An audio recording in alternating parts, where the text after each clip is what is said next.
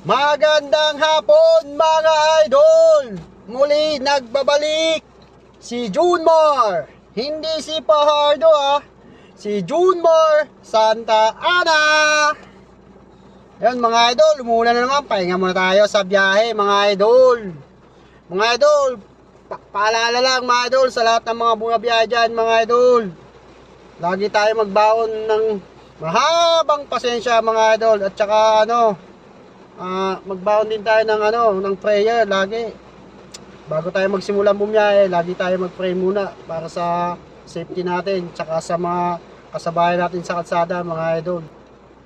Mga idol, dahil magpapasko naman baka pwedeng makahingi sa inyo ng konting pamasko.